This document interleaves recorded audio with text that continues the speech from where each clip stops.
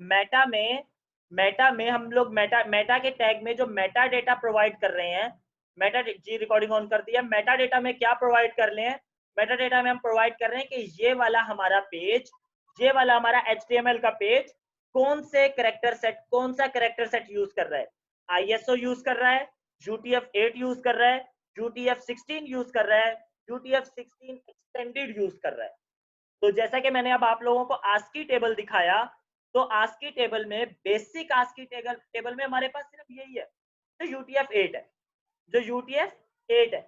इसके अलावा एक्सटेंडेड में हमने कुछ मार्क्स और ऐड किए, और यहाँ पे आप लोग कुछ वो स्पेनिश के लेटर्स देख सकते हो, स्पेनिश और लैटिन के कीवर्ड्स आप देख सकते हो, जैसे ए, और यहाँ पे आप वो अपने स्पेनिश और लैटिन के कीवर्ड्स देख सकते हो जो आपके यहाँ पे एक्सटेंडेड ASCII कोड में आ रहा है।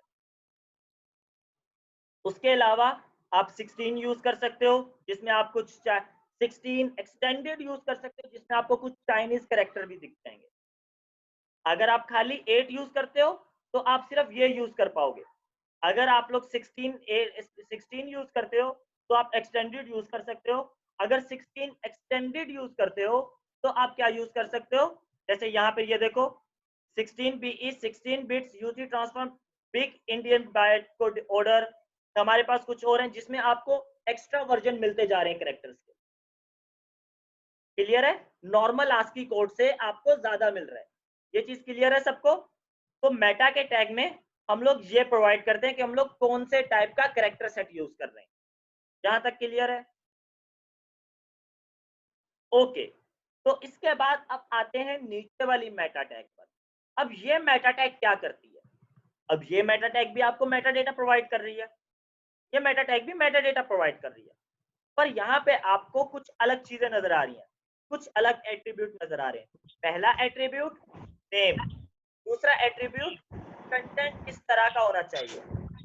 अब यहाँ पे ये क्या करेगा, ये आपके वेबसाइट का साइज, एक सेकेंड, माइक किसका ऑन हुआ है? पहला बच्चा माइक ऑफ कर दो। ओके। ये आपकी वेबसाइट के पेज का साइज डिवाइस की विड्थ के हिसाब से सेट कर देगा। ये वाला मेटा टैग क्या करता है, पेज का साइज डिवाइस की विड्थ के हिसाब से सेट कर देता है। जितनी डिवाइस की विड्थ होगी उतना मेरा पेज होगा। इसको मैं डिफाइन करता हूं, पर यहां तक इसको डिटेल में डिफाइन करता हूं। फिलहाल इतनी लाइन समझ में आई कि ये क्या करेगा, मेटा का टैग। अब यहाँ पे हमने क्या दिया, इसको हमने व्यू पोर्ट दिया। व्यू पोर्ट मतलब देखने की जगह, व्यू पोर्ट मतलब कितनी देखने की जगह होनी चाहिए, जितनी जगह में नजर आ रहा है वो जगह कितनी होनी चाहिए। देख, व्यू पोर्ट मतलब देखने की जगह कितनी होनी चाहिए। इसको सिंपली यूं समझ लो, LCD का साइज। व्यू पोर्ट को इजीली अपने दिमाग में बिठाने के लिए, अंडरस्टैंडिंग के लिए ये समझ लो LCD का साइज या स्क्रीन का साइज। क्लियर है? उसके बाद आता है व्यू पोर्ट, क्या होता है आपके पास, स्क्रीन का साइज। अब स्क्रीन के साइज में यहाँ पे मैंने कंटेंट में क्या डिफाइन किया, जहाँ पे आपको विड्थ का एट्रीब्यूट दिख रहा है, आपने क्या बोला, विड्थ होनी चाहिए डिवाइस की विड्थ के बराबर।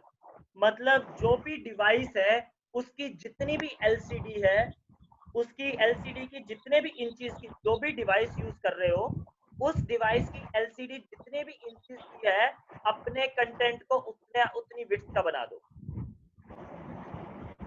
अपने कंटेंट को उतनी विड्थ का बना दो। लेट सपोज डिवाइस हम लोग मोबाइल यूज कर रहे थे, मोबाइल डिवाइस की विड्थ थी हमारे पास 6 इंचेस, LCD की स्क्रीन थी 6 इंचेस की।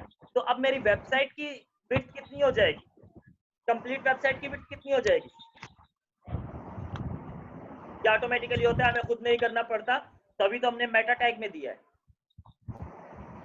तभी तो हमने मेटा टैग में दिया, हमने मेटा डेटा प्रोवाइड कर दिया है। तो अब हमारे पास हमारी वेबसाइट की विड्थ हो जाएगी 6 इंचेस। लेट सपोज मैं किसी पुराने मोबाइल में यूज कर रहा हूँ, इस डिवाइस की LCD का साइज 2 इंचेस का है। अब मेरी वेबसाइट का साइज कितना हो जाएगा, वेबसाइट की विड्थ कितनी हो जाएगी, 2 इंचेस की। बिल्कुल परफेक्ट। इसी तरह से अब इनिशियल स्केल क्या आ रहा है, इनिशियल स्केल मतलब जब आप स्टार्ट कर रहे हो, जब आप वेबसाइट स्टार्ट कर रहे हो, तो इनिशियली स्केल पर वेबसाइट कितनी होनी चाहिए? वेबसाइट 1 मतलब 1%, आपको पता है परसेंटेज में, परसेंटेज के हिसाब से 1 मतलब आपका कंप्लीट हो जाता है। तो हम लोग ये 1 मतलब दे रहे, ये 0 से 1 की, 0 से 1 के दरमियान वैल्यू होती है। इनिशियल स्केल में हमारी 0 से 1 के दरमियान वैल्यू होती है, तो मैंने 1.0 कर दिया, तो मतलब कंप्लीट हो। क्लियर है यहाँ तक? अभी इसको मैं प्रैक्टिकली डिफाइन करता हूं, पर यहां तक थ्योरेटिकली क्लियर है क्या होता है? ओके, इसको यूं समझो। अच्छा, ये दो एट्रीब्यूट समझ में आ गए? ये दो एट्रीब्यूट समझ में आ गए? पहले ये बताओ।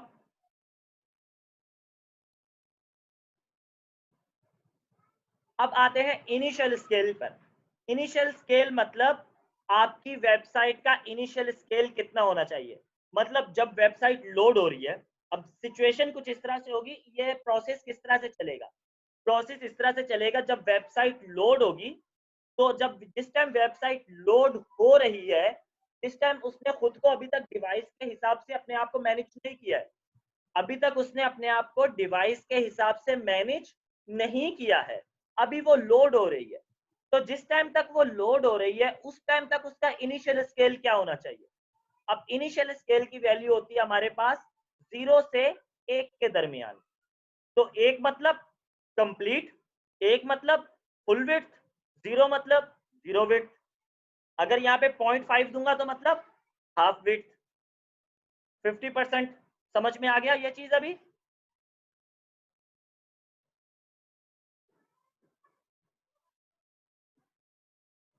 फर्दर आपको डिटेल में समझ आ जाएगी जब मैं इसको प्रैक्टिकली कर कर दिखाता हूँ।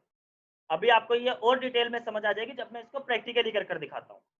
तो मैं प्रैक्टिकली करने के लिए मैं क्या करता हूँ, मैं कोड कोड लिखने की बजाय डायरेक्ट उठा लेते हैं।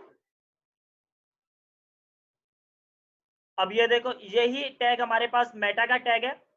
अब मेटा के टैग में यही चीज आपको ये बता रहा है, set the initial zoom level of page first loaded in a browser. जब पहली दफा लोड होता है, अब यहाँ पे पहले थोड़ा सा प्रैक्टिकल ये देख लो, यहाँ से इस देख लो, फिर हम इसी को ट्राई करते हैं। आपके लेट सपोज आपकी साइज, आपकी एलसीडी का साइज इतना था। लेट सपोज आपकी एलसीडी का, ये आपकी एलसीडी का साइज है, और जो मोस्ट